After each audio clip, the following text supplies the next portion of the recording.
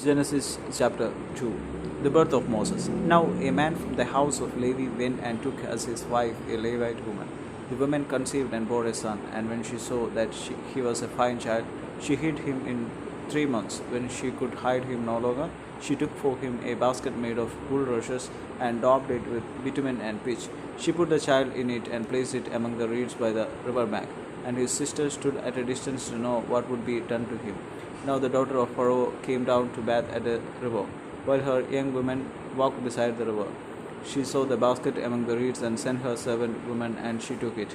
When she opened it, she saw the child, and behold, the baby was crying. She took pity on him and said, "This is one of the Hebrews' children." Then his sister said to Pharaoh's daughter, "Shall I go and call you a nurse from the Hebrew woman to nurse the child for you?" And Pharaoh's daughter said to her, "Go." So the girl went and called the child's mother. And Pharaoh's daughter said to her, "Take this child away and nurse him for me, and I will give you your wages." So the woman took the child and nursed him. When the child grew older, she brought him to Pharaoh's daughter, and he became her son. She named him Moses, because she said, "I drew him out of the water." Moses flees to Midian. One day, when Moses had grown up, he went out to his people and looked on their burdens, and he saw an Egyptian beating a Hebrew, one of his people. He looked this way and that, and seeing no one, he struck down the Egyptian and hid him in the sand. When he went out the next day, behold, two Hebrews were struggling together, and he said to the man in the rock, "Why do you strike your companion?" He answered, "Who made you a prince and judge over us? Do you mean to kill me as you killed the Egyptian?" Then Moses was afraid and thought, "Surely the thing is known." When Pharaoh heard of it, he sought to kill Moses.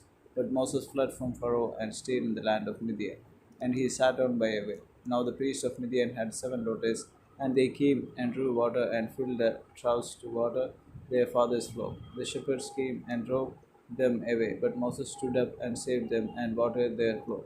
When they came home to their father, Reuel, he said, "How is it that you have come home so soon today?" They said, "An Egyptian delivered us out of the hand of the shepherds and even drew water for us and watered the flock." He said to his daughters, "Then where is he? Why have you left the man? Call him, that he may eat bread." And Moses was content to dwell with the man. And he gave Moses his daughter Zipporah. She gave birth to a son, and he called his name Gershom, for he said, "I have been a sojourner in a foreign land." God hears Israel's groaning.